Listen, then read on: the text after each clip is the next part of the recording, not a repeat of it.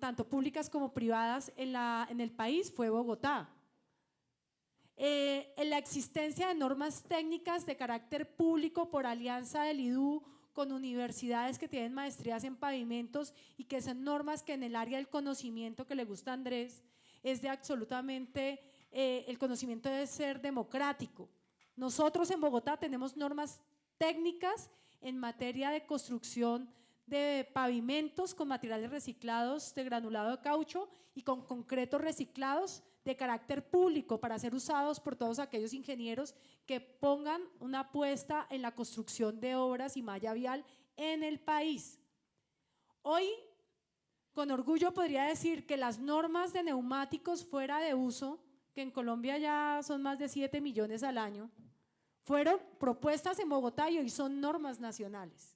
Bogotá ha hecho una tarea interesante, pero como lo decía Román hace un momento, una apuesta es delimitar las ciudades y tener un modelo o de expansión para conurbarse y tomar Cajicá y tomar Chía y conurbarse con Soacha, o redensificar la ciudad.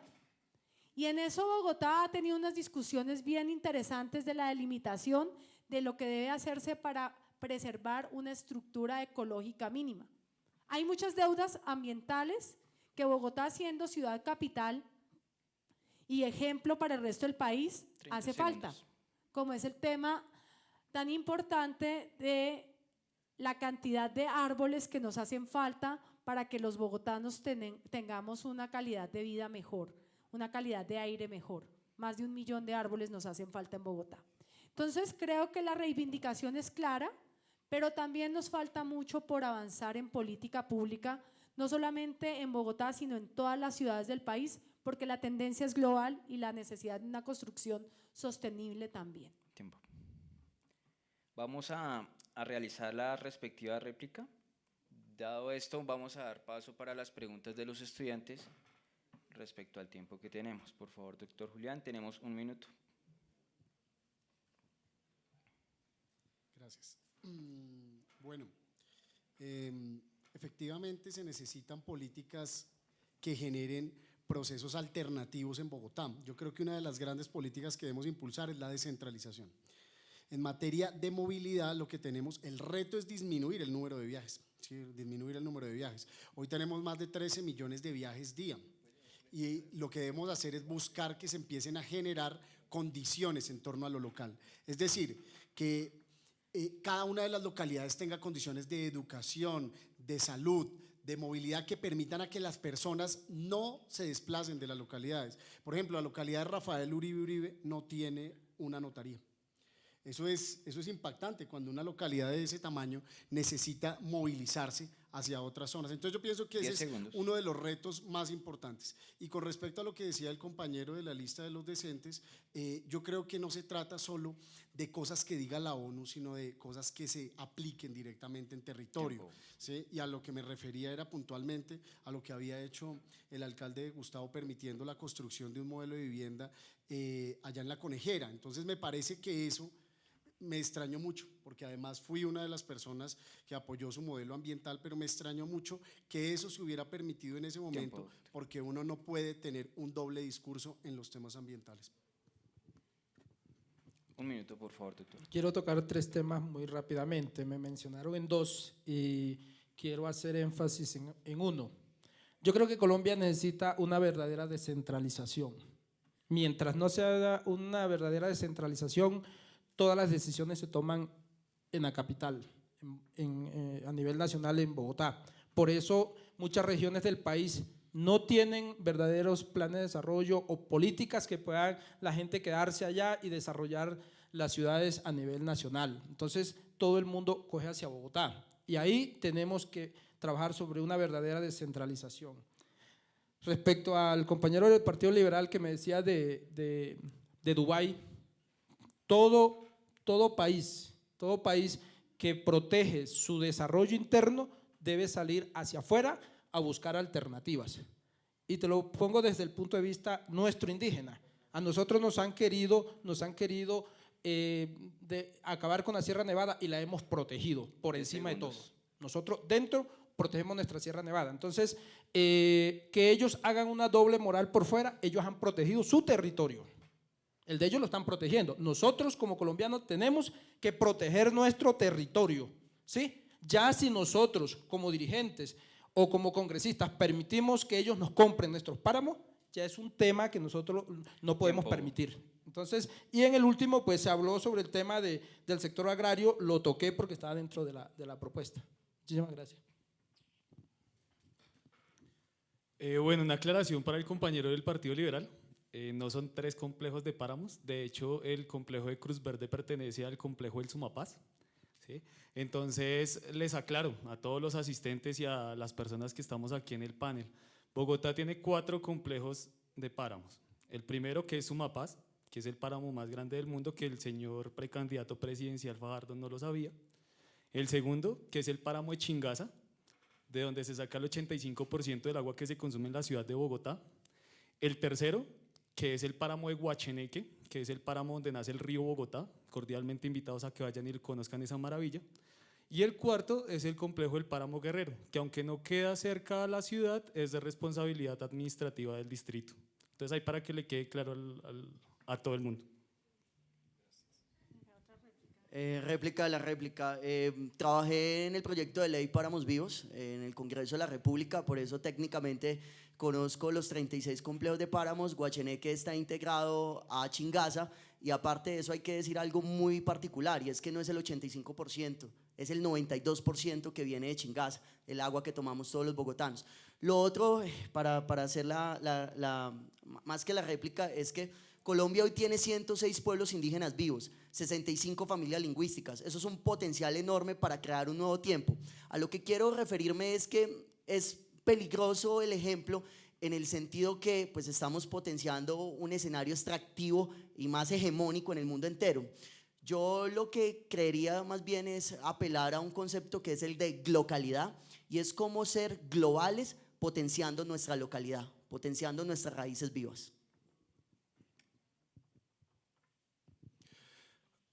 Yo solo noto que es cierto que estamos en una cacería de votos acá porque faltan 2 semanas, pero una vez que lleguemos al Congreso nosotros todos hacemos parte de la misma bancada, ¿no? A pesar que estemos en diferentes partidos, porque todos estamos a favor de lo mismo, es la protección del medio ambiente, es el empoderamiento de los grupos poblacionales, es el desarrollo alternativo de este país.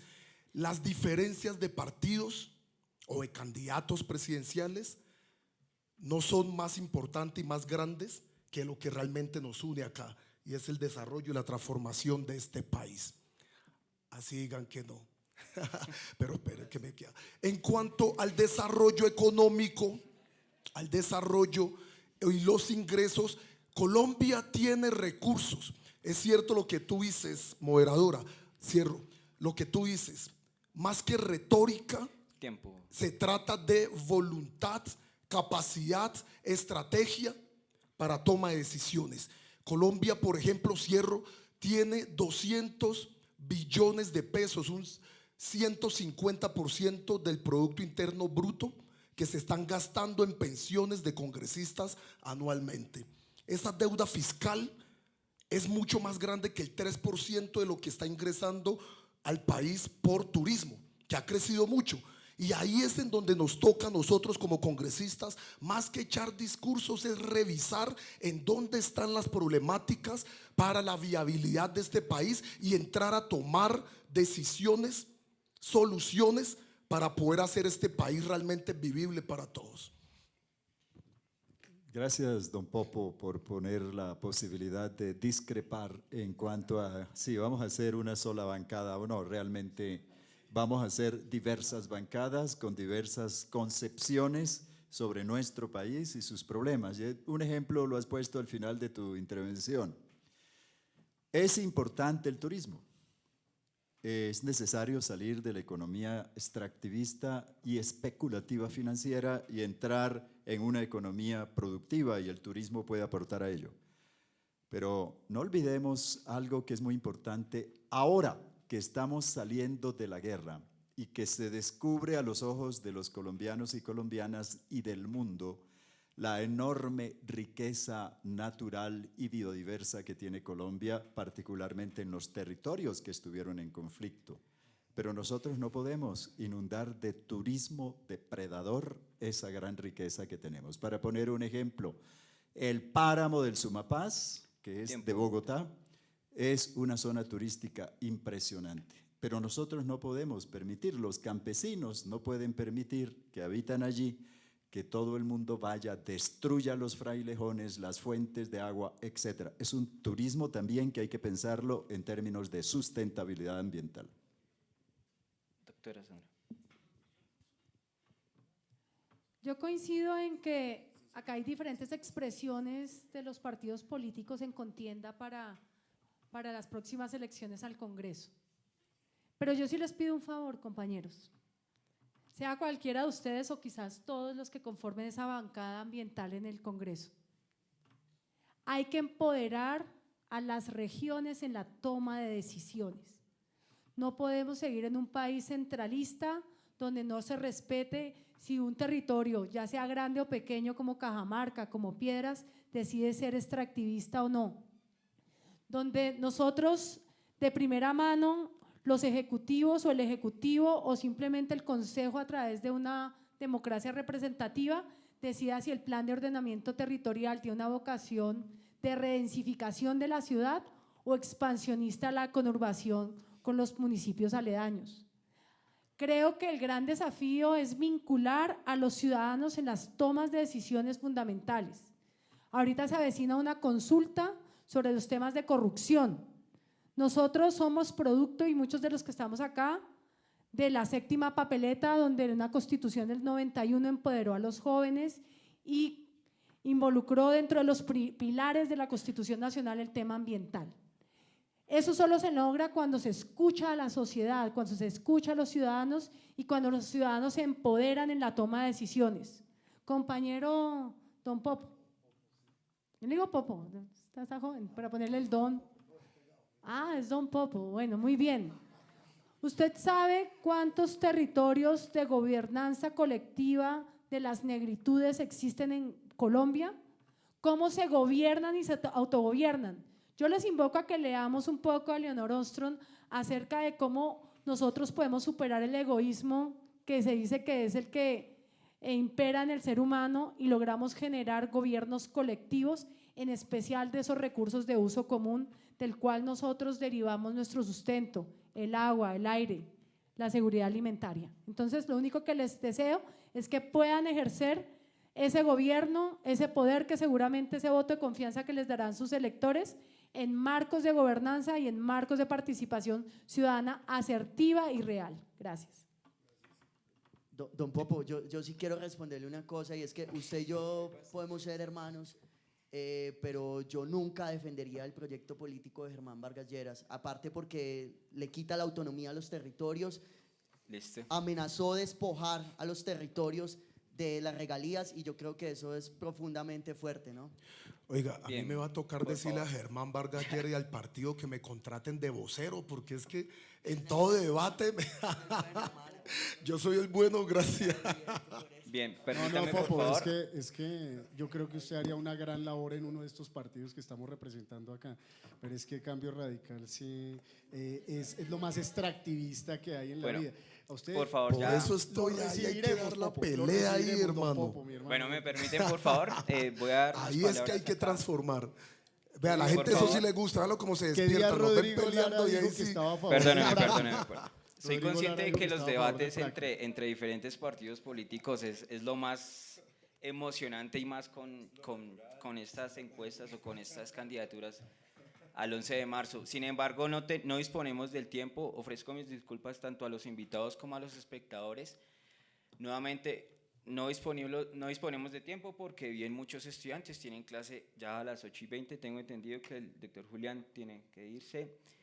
Ofrezco mis disculpas, sin embargo, les doy mis agradecimientos. Muchas gracias por haber venido, muchas gracias por haber compartido su tiempo, ¿sí? ¿Desean preguntas? Pues la verdad es que me da pena es que ellos estén hablando y se retiren, ¿no? Es más. Bien, perfecto. Entonces, demos cavidad a 2 preguntas, por favor. y con un intervalo de tiempo de 1 minuto, por favor respetando el tiempo, si son tan amables. La profe.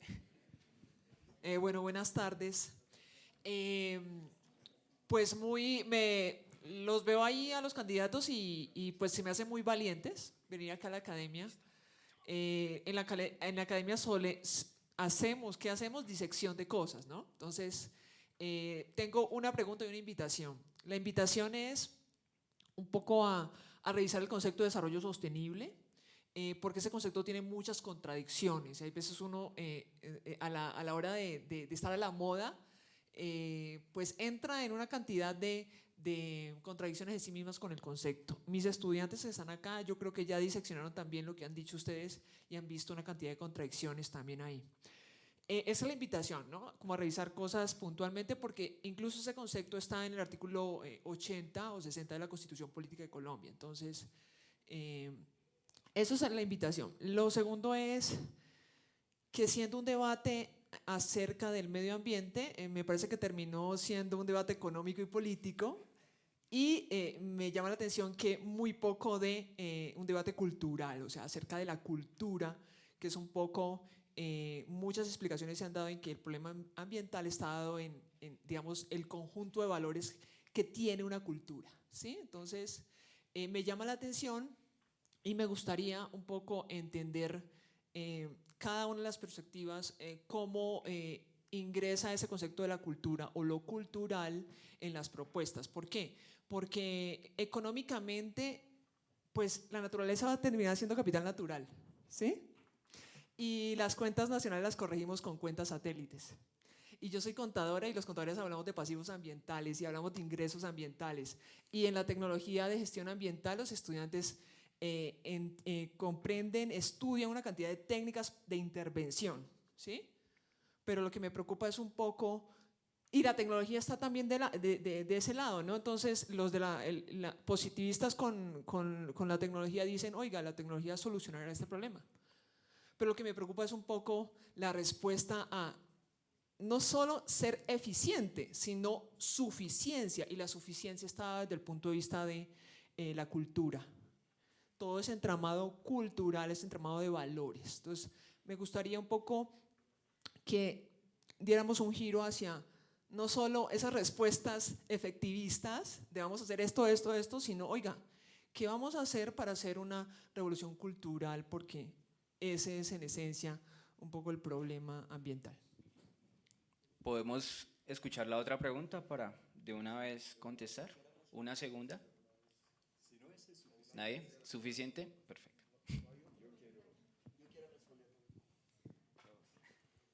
El nombre de la profesora. Claudia, me parece interesante tu reflexión, pero yo quiero decir esto, Claudia. Cultura para mí es todo lo que no es naturaleza. Toda la creación humana es cultura, el saber, el conocimiento, el arte, la espiritualidad humana, pero también los procesos productivos son culturales, no son ajenos a la cultura, forman parte de la cultura. El tema es que no tenemos una cultura, hay una diversidad de culturas. Y las culturas no abocan el problema ambiental del mismo modo. Hay una cultura depredadora, exactamente depredadora, que se expresa en lo económico, en el uso de tecnologías, etc. Y hay otra cultura que hoy está siendo estimulada por los desafíos del cambio climático global, que es la cultura protectora del ambiente, sustentable. Yo creo que el tema habría que mirarlo desde esas dimensiones. Lástima el tiempo, pero yo creo que es una pregunta muy pertinente. Mire, la cultura es la vida, y desde ese abordaje, la cotidianidad entera produce la cultura. Yo voy a hacer una concepción muy escueta de lo que es cultura desde la estética. La estética es la representación simbólica del pensamiento individual o colectivo. Y este país tiene una potencia cultural, o sea, nosotros somos potencia cultural producto de la pluridiversidad. Y la pluridiversidad, lo dije hace un momento y lo intenté conectar a la economía creativa, aunque no todo se tiene que mercantilizar, es directamente proporcional en el sentido en que Colombia tiene 106 pueblos indígenas vivos, 65 familias lingüísticas, pero también tiene toda una tradición negra, pero también tiene toda una tradición campesina. Un dato muy importante, Bogotá tiene 29.000 campesinos, Bogotá tiene intensa ruralidad. Lo que pasa es que aquí no se reconoce. Y para soltar, porque el tiempo es muy corto, Bogotá tiene que recuperar la concepción de Bacatá. Tiempo. Y Bacatá era la nación de los encuentros de los indígenas, y hoy Bogotá es una ciudad-nación. Para nosotros los indígenas, cultura es todo. Es todo. O sea, no la dividimos. Si nosotros como indígenas no aplicamos nuestras costumbres, usos y tradiciones desde lo cultural, no estaríamos trabajando el tema ambiental. Para nosotros es integral, ¿sí? El compañero le decía, 108 pueblos. Hoy están en amenaza las 66 lenguas que tenemos los pueblos indígenas, ¿sí? Y desde la cultura hemos protegido nuestra tradición históricamente. Por eso, para nosotros el tema cultural es todo. Y desde ese punto de vista lo miramos nosotros milenariamente. Profe Claudia, buena pregunta e interesantes respuestas, pero se salieron del contexto medioambiental. Una definición fácil del medio ambiente, ¿qué es? Es un triángulo: sociedad, entorno y economía. Ya dijimos que tocamos el entorno económico, ya hablamos del medio ambiente, falta hablar de lo social. En lo social es donde viene la base de la cultura. Cuando hablamos de cultura, hablamos de educación, porque si nos vamos a nuestra cultura ancestral, por ejemplo, desde antes que vinieran los españoles, nosotros los colombianos tenemos una idiosincrasia donde nos estamos matando. 20 segundos. ¿Sí? Entonces, si no cambiamos esa idiosincrasia, ¿sí? Desde antes de la conquista, después de la conquista y hoy en pleno siglo XXI, donde nos estamos matando por un color de una camiseta, yo creo que es más falta de conciencia, profe. Más falta de conciencia y educación desde casa. Creo que es más eso. Muchísimas gracias, compañero, por la interpelación. Es cierto que debemos seguir reconociendo las prácticas, los hábitos, las tradiciones, las costumbres culturales de nuestros pueblos y desde ahí mirarnos como país y cuál es nuestra identidad y cómo es que nos vamos a reinventar constantemente en interacción con el ambiente. Pero, yo repito, estamos yendo a gobernar un país y obvio que tenemos que pensar en eficiencia, eficacia, efectividad, productividad, rentabilidad, sostenibilidad. Podemos hablar mucho de las prácticas y los hábitos culturales que están equivocados en nuestras regiones, nuestros municipios, en la forma en que interactuamos, ¿no? Pero yo quiero cerrar más bien con un llamado en cuanto a práctica cultural, que debemos seguir nosotros dando el paso hacia la transformación de este país, pero con responsabilidad.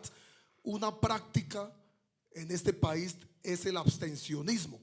No votamos, y si no votamos, pero solo nos quedamos conversando entre nosotros o en la academia o en las esquinas, pero no salimos a transformar este país desde las urnas, pues va a ser muy difícil que podamos tener un impacto real en lo que es nuestro hábitat, ¿no? Como país o como sociedad. Por favor, cierro, 11 de marzo, no nos quedemos solamente en el debate académico, salgamos a las urnas y demos el paso hacia el cambio y la transformación. Para final, la doctora Sandra. Sí, efectivamente, profesora Claudia, usted ha dado en el punto.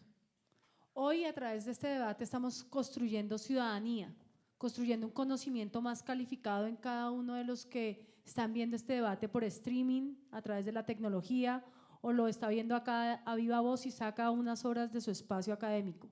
Construir al individuo para la transformación de la sociedad es fundamental. Nosotros los colombianos tenemos una deuda histórica en ese sentido. Nuestra desconexión en la educación, tanto primaria como secundaria, de los temas ambientales es muy grande. Nosotros nos creemos que sabemos química porque sabemos que es H2O, o porque sabemos una fórmula química, o porque hacemos operaciones matemáticas. pero esa desconexión nos ha alejado un poco de la realidad ambiental, incluso de nuestras ciudades y de nuestro país. Por eso la apuesta en la construcción cultural es cambio de hábitos para el desarrollo. Nosotros en Basura Cero Colombia lo trabajamos muchísimo, hemos hecho unas escuelas de ecología política muy interesantes acá con Adrián, que va dirigida a todos los partidos, con Adrián, nuestro moderador, que va dirigida a todos los partidos sin importar su color, porque la falta de conocimiento no nos hace tomar decisiones asertivas y cambiar los patrones de consumo, que es lo que realmente está destruyendo al planeta. El que está en la ciudad demanda bienes y servicios de afuera, de los que están en el campo, cambiándole los ciclos biológicos a los ríos, al agua y a las especies. Entonces, es una amalgama de muchas cosas. Debemos construir individuos capaces de transformar el entorno y capaces de transformar a Colombia. Ese es el llamado que hacemos a través de estos cursos que gentilmente ofrecemos en Basura Cero, de ecología política y de cambio de hábitos para el desarrollo. Más conocimiento para mejor toma de decisiones. Muchas gracias a todos los ponentes por haber asistido, por haber brindado sus ideas y sus propuestas. En realidad esto es muy satisfactorio para mí, me imagino para los que estamos y nos quedamos. Por favor, 10 segundos, ya la verdad es que estamos extralimitados de tiempo. Mi nombre es Lot Villazón, estoy en la Jurisdicción Especial Indígena, votan a nivel nacional en la Chocita Indígenas por Colombia, vamos en lista cerrada. Juan Carlos Briceño, en la lista de la decencia con el número 117. Soy Andrés Guzmán Ayala, soy candidato a la Cámara de Representantes por el Partido Liberal, número 104, somos el Colibrí, el Nuevo Tiempo. Yo soy Don Popo Ayara, número 66 por el Partido Cambio Radical. Yo no les estoy pidiendo el voto, lo que les estoy pidiendo es que no perdamos la esperanza en que es posible cambiar este país. Si perdemos la esperanza, estaremos arrodillados a los corruptos de siempre. Gracias. Bueno, todos nos paramos. Yo les invito a votar el 11 de marzo, votar por la lista Decentes. Ahí hay varios candidatos. Soy el número 105, Cámara por Bogotá. Hago equipo con Aida Abella, número 5, Senado. Y les invito a apoyar la consulta interpartidista que escogerá como candidato a la presidencia a Gustavo Petro.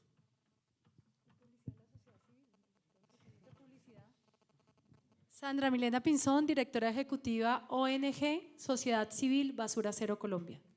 Muchas gracias a todos. Por favor, un aplauso.